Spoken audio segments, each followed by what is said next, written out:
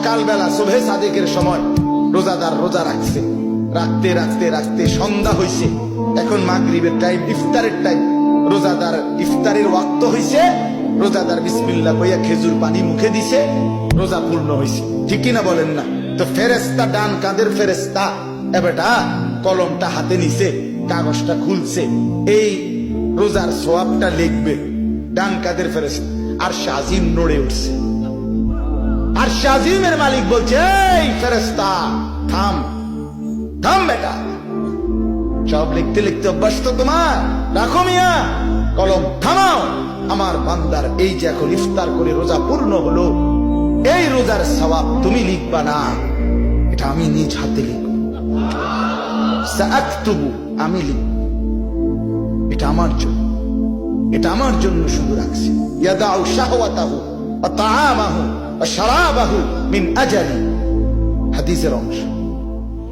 নবীজি বলছেন, লা খালুফু ফামিস সাইম আতিয়াবু ইনদাল্লাহি মিন রিহিল মিস্ক, রোজাদারের মুখের গন্ধ আল্লাহ তাআলার নিকটে মেশক আম্বরের চাইতে সুঘ্রাণটা। আমি আপনাদের কাছে মূলত কথাটা বুঝাইতে চাই, এরকম ফজিলত হাদিস নবীজি সাল্লাল্লাহু আলাইহি সাল্লাম একটা দুইটা অগণিত বলছে, সবগুলো অভিনব মর্যাদা। মানে রমজানের ফজিলত এতটা বেশি বলছেন যে রাসূলুল্লাহ সাল্লাল্লাহু আলাইহি সাল্লাম বলতে বলতে বলতে সর্বোচ্চ ফজিলত নবী শুনাইছেন।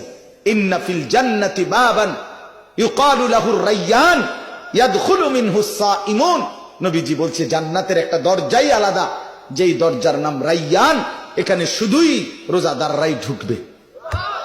এবং হাদিসে আছে রোজাদাররা ঢুকে শেষ হইলে ওই দরজা দিয়ে আর কাউকে ঢুকতে দেওয়া হবে না, উগলিকা, বন্ধ করে দেওয়া হবে, বন্ধ করে দেওয়া হবে। এখন আসেন এই কথাগুলো একটা জায়গাত রাখেন। আল্লাহ তাআলা কোরআনুল কারীমের মধ্যে সূরা বাকারার 183 থেকে 187 5টি আয়াতের মধ্যে আল্লাহ তাআলা রোজার আলোচনা করছেন। এখানে আল্লাহ বারবার বলছে লাআল্লাকুম তাত্তাকুন, রোজার বিনিময়ে আমি তোমাকে মুত্তাকি বানাবো।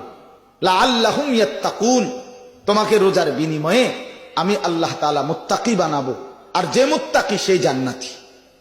তাইলে রমজানের মর্যাদা, রোজার ফজিলত, রোজার গুরুত্ব আল্লাহ তাআলাও বললেন, রাসূলুল্লাহ সাল্লাল্লাহু আলাইহি ওয়াসাল্লাম সর্বোচ্চ বললেন। বললেন কি না? বলেন না? আচ্ছা, এবার এটা রাখেন। এবার একটা কথা আসেন, শেষ কথাটা হলো, নবীরা, যারা নবী, সমস্ত নবীরা আল্লাহর পরে উম্মতের প্রতি, মানুষের প্রতি সবচেয়ে বেশি দরদি নবীরা।